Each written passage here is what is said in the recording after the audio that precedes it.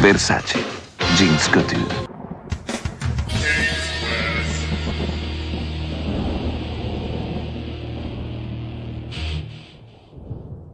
I've always wanted to know what the ultimate action movie would look like. I can imagine it. We take the car chases and explosions American action movies do so well and mix it with the martial arts and gunplay done so well by the filmmakers in Hong Kong.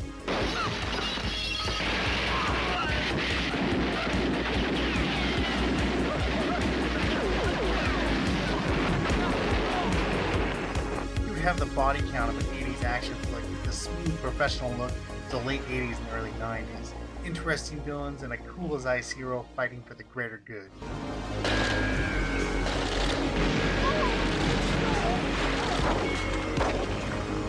What if I told you this movie already exists, but you will more than likely never get to see it? Well, it's true.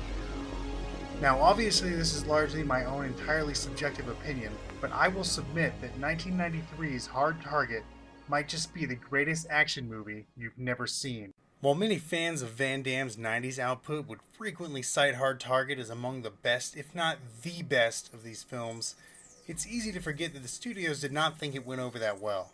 Released at the end of 1993's summer, just after Andrew Davis's Harrison Ford flick The Fugitive began its triumphant run across 6 weeks of unencumbered #1 spotting, Universal immediately set about pointing fingers.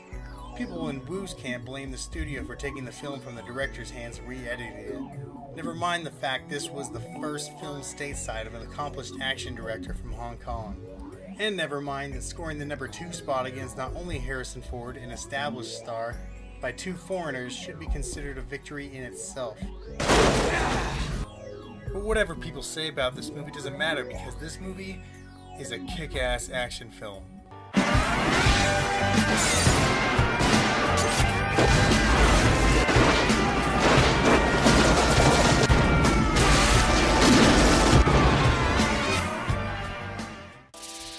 Oh man, Van Damme just punched out a snake. Then he bites off his rattler. Come on! Is there anything like that in The Fugitive?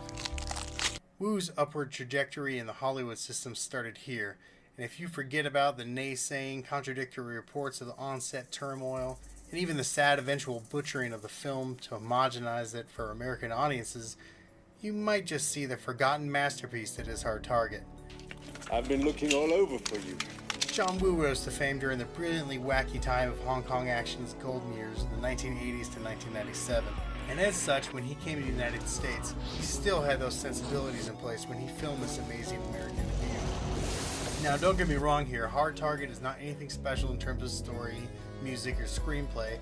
That kind of system, when used for measuring the quality of a genre known for disregarding acting in place of emphasized focus on acts of physical or forceful prowess, is largely futile here. This is a unique blending of styles, 2 worlds colliding to make one of the greatest action star vehicles of all time.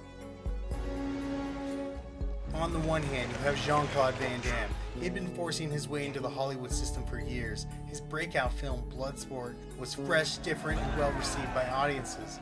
He would return again and again to martial arts, as that was his specialty. But Van Damme knew he would eventually have to show some versatility to differentiate himself from the likes of his competition. Steven Seagal and B-movie contemporaries like Jeff Speakman and Don the Dragon Wilson were hot on his heels. As Hollywood had been doing for the past decade or so before him, Van Damme looked to Hong Kong. Hong Kong cinema was in its prime, pumping out insane action classics, sometimes several every year. Packed full of inventive shootouts, mesmerizing fights, and amazing stunts, these films would time and again defeat Hollywood productions at the box office in Hong Kong, a rarity at the time. And the king of these films was John Woo, whose crime melodramas upped the ante with each release, starting in 1986 with A Better Tomorrow, going on through The Killer, Just Heroes, and eventually even Hard Boiled. Now, Van Damme had been attempting to ape Woo's style as early as 1991's Double Impact, which saw superficial similarities in its double-fisted gunplay and Van Damme's own penchant for using slow motion to show off his high-kicking acrobatics. And after picking a script from former Navy SEAL and Navy SEALs author Chuck Farr, Work quickly began on John Woo's Hollywood debut. Fire's script owes much of itself to the most dangerous game, pitting our protagonists against people who practice human hunting. After Woo got involved, the body count and action content seen in the final form were added. Woo's penchant for getting most of his shots in 1 or 2 takes meant multiple cameras running all the time. John Woo to me is the woo-woo choo-choo. The woo-woo choo-choo is the camera's always moving. We do multiple camera dolly moves all the time. We've probably laid over 10 miles of dolly track in the last 42 days. The result is a film unlike any other, with martial arts mayhem bouncing frenetically off of balletic gunplay in ample amounts. Of all his films made in the United States, Hard Target is easily the one with the most in common to his Hong Kong output. For me, Hard Target represents the realization of what could be considered the perfect action movie. We have the car chases, gunfights, martial arts battles, and truly gigantic explosion.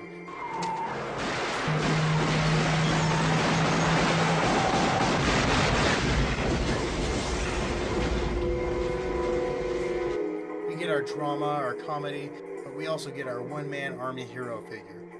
Now the bad news. The version released theatrically, which most people are familiar with, is a watered-down mess.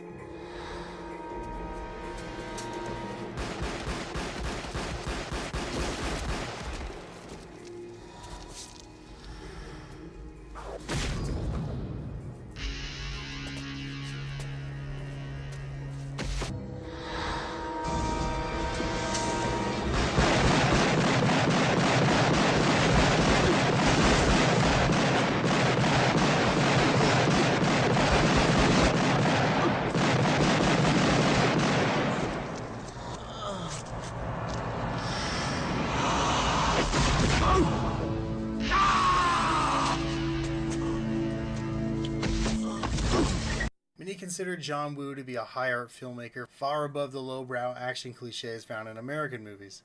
Convention holds that John Woo compromised his style to fit the trappings of what many consider to be the big dumb American action movie, specifically because it starred then rising star Jean-Claude Van Damme.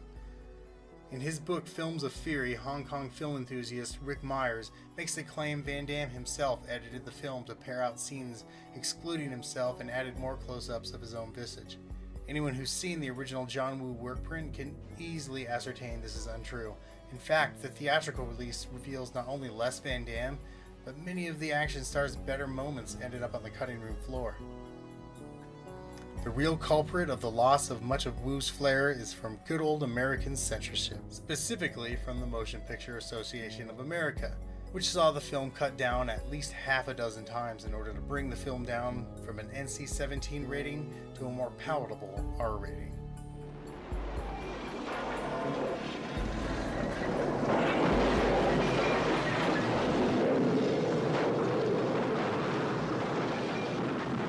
In fact, Van Damme was actually blocked from the editing room. Universal brought in editor Bud Smith, who had worked on Flashdance, The Karate Kid, and producer Sam Raimi's Darkman, to edit the film into something more akin to what the studio thought would work best for American audiences.